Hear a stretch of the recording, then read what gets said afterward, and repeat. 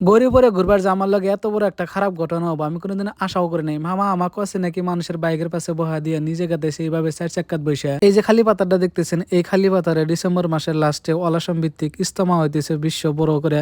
আসসালামু আলাইকুম, আমি শহীদুল ইসলাম, আশা করি সবাই ভালো আছেন। আমি কালকে আইছিলাম বিলাসীপাড়া, খুব একটা ইম্পর্টেন্ট কামে আইছিলাম। কামটা করার পরে বাড়িতে রিটার্ন অবস্থায় মামার কল এলো যে মামা বিলাসীপাড়া আসতেছে।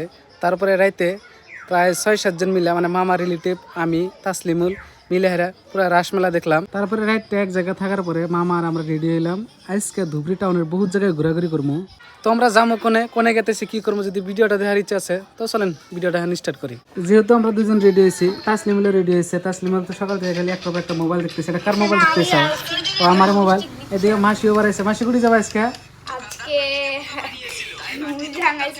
গাইজ যাবো কোনে যদি এখানে কয়ে দেয় ভিডিও করে দেখবো তো রাস্তাঘাটে যাওয়ার কথা কমো তো খুব মজার একটা জার্নি হইতেছে। আপনারা ভিডিও কেউ স্কিপ করবেন না। ভিডিওর আরম্ভে তো কইছি যেহেতু আমরা বহুত মানুষ একলগে যাবো তার জন্য আমরা একটা 4 চাক্কা বুক করছিলাম যাতে ভালো করে ঘোরাফেরা করা পারি। আর ধুপড়ি উলিয়ে গুলিয়ে যাবো, রাস্তাঘাটের কথা আছে, বহুত জায়গায় গাড়ি চলে না, ওই জায়গায় আমরা প্রাইভেট গাড়িতে যাতে যাওয়া পারি। তার জন্য সকালে উঠে একটা গাড়ি বুক করছিলাম যাতে ঘোরাফেরার জন্য কোনো ধরনের অসুবিধা না হয়। কারণ আমরা বাস দিয়ে যদি চলাফেরা করবার যাই বহুত টাইমের কথা আছে, বহুত জায়গায় যাওয়া পাবো না, গাড়ি ভাড়া বেশি যাবো। 2 নম্বর কথা হচ্ছে প্রাইভেট গাড়ি বুক করা একটা মেইন রহস্য হচ্ছে যে এরকম একটা সিনারিও ক্রিয়েট করার যাতে আপনার ঘরে ব্লগ সহকারে আমি দেওয়া পারি। আর এই ভিডিওটা যেহেতু বহুত লেট করে পোস্ট করলাম কারণ আমি বহুত দিন আগে গেছিলাম। আপনারা যারা বিলাসীপাড়া রাসমেলার ভিডিও দেখছেন তারা হয়তো গম পাবেন আমি কোন গেছিলাম। আর যারা দেখেন নাই, ফেসবুক এন্ড ইনস্টাগ্রামে পোস্ট করা আছে, আপনারা যদি সময় পান একবার